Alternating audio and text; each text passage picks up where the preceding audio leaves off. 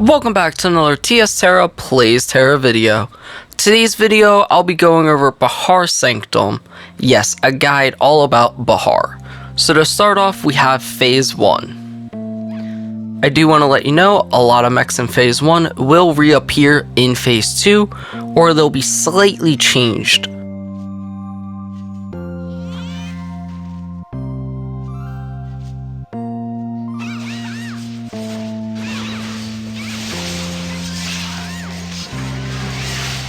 So the first mech is going to be Slams. He'll hit the front and back.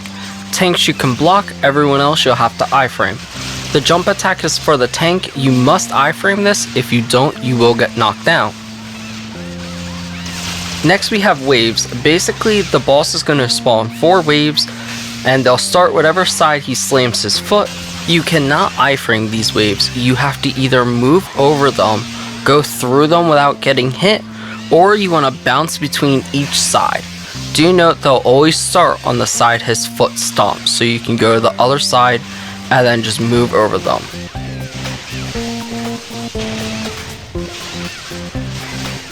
Okay, this next mech is the backstun. Whenever you see Bahaar raise his hammer to the sky, he is going to stun DPS in the back and then also follow it up with a back slam. Both of these attacks can be iframed. You can also block the initial hit. Healers, if someone gets stunned by this, you can cleanse them so they can iframe the back hit. The next mech we have is Scrape. The boss is going to slam his hammer into the ground and then drag it. Tanks, you'll need to turn and face it to block it. DPS, if you got a block you can, or move to the other side to not get scraped. Okay, let's go over some extra mechs. The first one's a Spin. Basically, you need to iframe this or healers can shield it. The boss brings his hammer back and does a circular spin. The next thing is range checks. These are 8 meters, so if you go 8 meters away from the boss, he'll do different types of range check. That one you saw was the flick. So basically the boss will find someone, whoever's the farthest out, he'll throw his hammer at them, he will then bring it back, stomp the ground, which does a ton of damage you need to avoid, and then pick the next furthest person and flick them in the air. You must either super armor or dodge the flick. The next range check, as you'll see this is from P2 but can happen, is donuts. Basically, again, the boss will throw his hammer at someone. As you can see here, he decides who to throw it at. Then he does a swirl that will hit the whole outer area, and then you'll have to dodge donuts by going out and back into him. Those are the 2 range checks you'll see in this dungeon on P1 and P2. Hello, I want to talk about today's video's sponsor, and that is Dubby. Dubby is an amazing company that makes all sorts of stuff, but today I want to talk about their energy drinks mostly. And I gotta say, this flavor right here is the blue raspberry, and it is currently my favorite. I love blue raspberry, and Dubby's done amazing work with it. Now, all you have to do is go to the W's website, buy any energy drink flavor you want, get a tub, you can buy a shaker cup for it as well, or be like me and just use a bottle of water. I take the powder, put a scoop in, shake it up, and you're ready to go.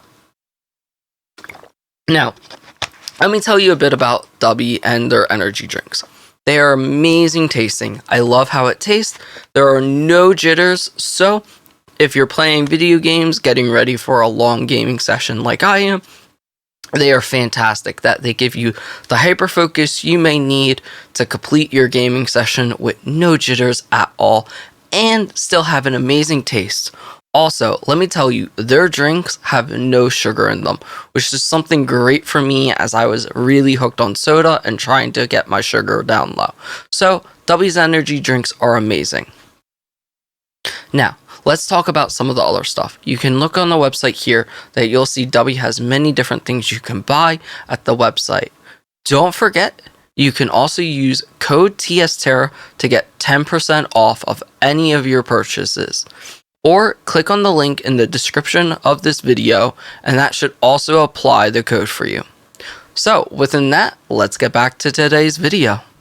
Now, once you get the boss to at least 19% in Phase 1, you'll go through a cutscene that I skipped, and then do Phase 2.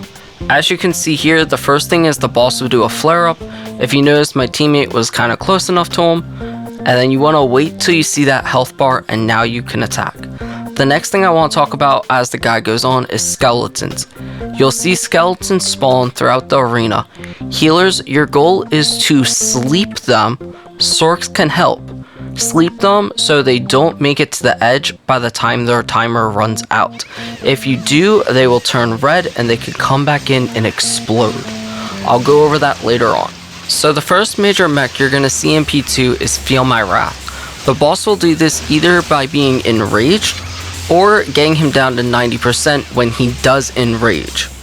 This is a 5-part mech and there's a lot to go over with this mech, so don't worry, I'm going to go over it just in a bit when I slow everything down for you to see all at once, but it's very, very important to do this mech exactly correct or the run will wipe. And as you can see, this is the mech at its normal tempo. Now here's the mech slowdown. Healers, Lancers, you want to shield this first pushback. If you don't, people can go into the fire and they'll basically perma-dead. Next, tanks, usually you want to move to the back of the boss. All DPS will stack on top of the tank, and the tank will block all of these meteor drops for the DPS. Next, healers, throughout this, you want to cleanse that and heal the DPS back up. If you don't cleanse them through that, they'll take more damage each meteor, and it just gets really, really ugly real quick. There will be a total of 4 meteors that will drop. As you can see, we are on the 3rd one. We have one last meteor to go. Once this meteor drops, healers, it's your job to either plague or regress the boss so the DPS and tank can stun him. Every time his hand goes back up like now, you'll need to do another stun. If done correctly, you'll only need to do a total of 3 stuns, and then you clear the map. If someone stuns an extra time, it can bug the boss and make him do a 4th stun, or if you do too much, he'll just freak out, slam the ground, and that's it, you're done. The run will wipe. Backstun is just like P1, but instead he can either do the back hit or follow it up with a hilt. We'll take a look at the hilt now. Tanks, you will need to block this as close to perfect. It hurts a lot if you don't. If the boss is enraged, he'll do a double hilt. Alright, the next mech is Meatballs. Basically, you'll have a ball that you want to drop in the middle or outside of the arena to keep the puddle away. You will need to dodge it as it comes down so you don't get hit by it. Be cautious and look for other people's arrows and yours to make sure you don't hit someone else, because you will kill them. Note, you can also use these to kill skeletons, even a red one, in case your healer can't sleep it in time. The next mech we have is Scrape. This is just like P1. The only additional note I have for here is if the boss is enraged, he'll do it every time. The next thing is Waves. This works just like P1 again, but you have to stay close to the boss. As you see, if you go too far away from him to dodge all the waves, you will die from the outer shout. Do know, in P2, waves do a ton of more damage, and if the boss is enraged, they do even more damage. So those are some things to keep in mind.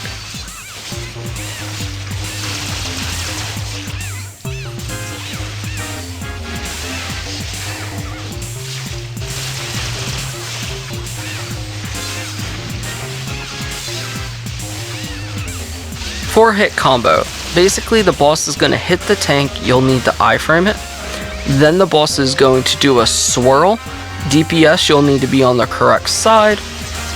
And then the boss is going to hit the tank and do a shout that needs to be iframed. So that's it in slow-mo. Now let's take a look from DPS side. Realistically, DPS, just go to the left side and then you can iframe it. Do know, if you have a block, you can block that slash to not get pushed away.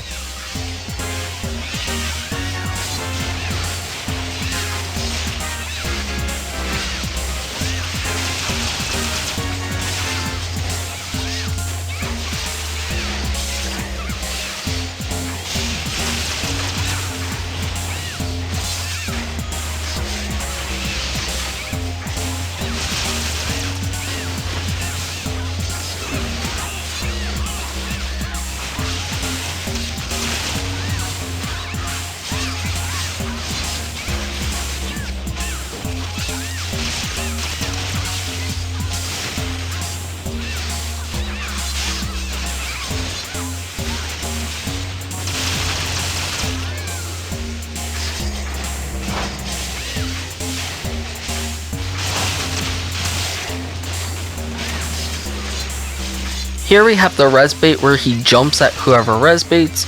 You're gonna need to iframe this just like he does the normal jump in P1 or the jumps you've seen him do in P2.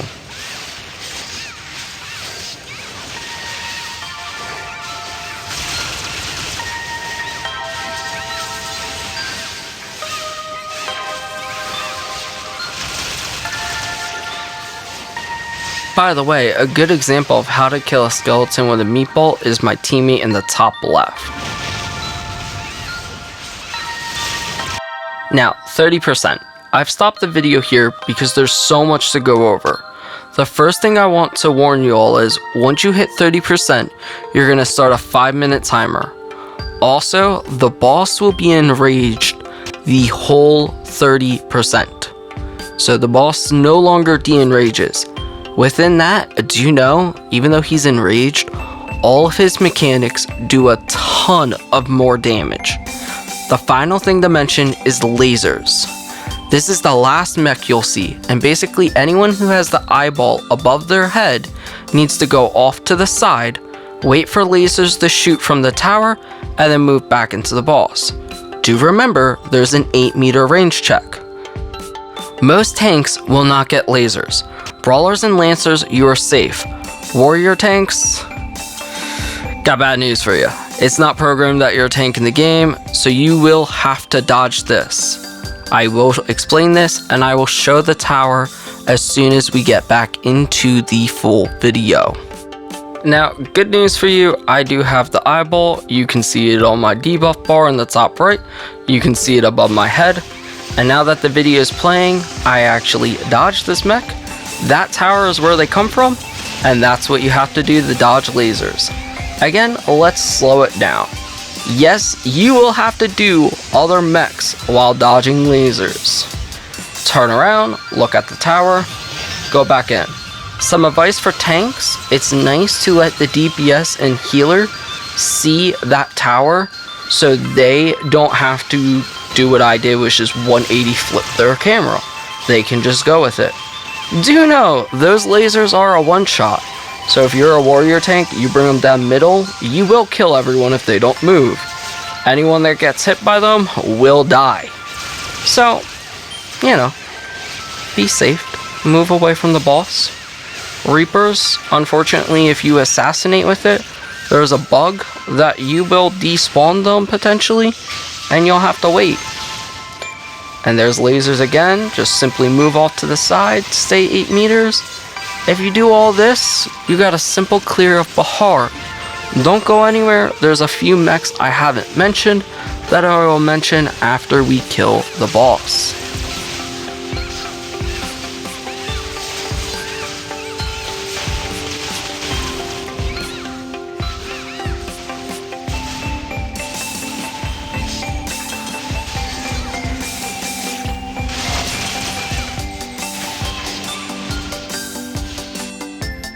Extra mechanic time. The first one is the other res bait, the flick.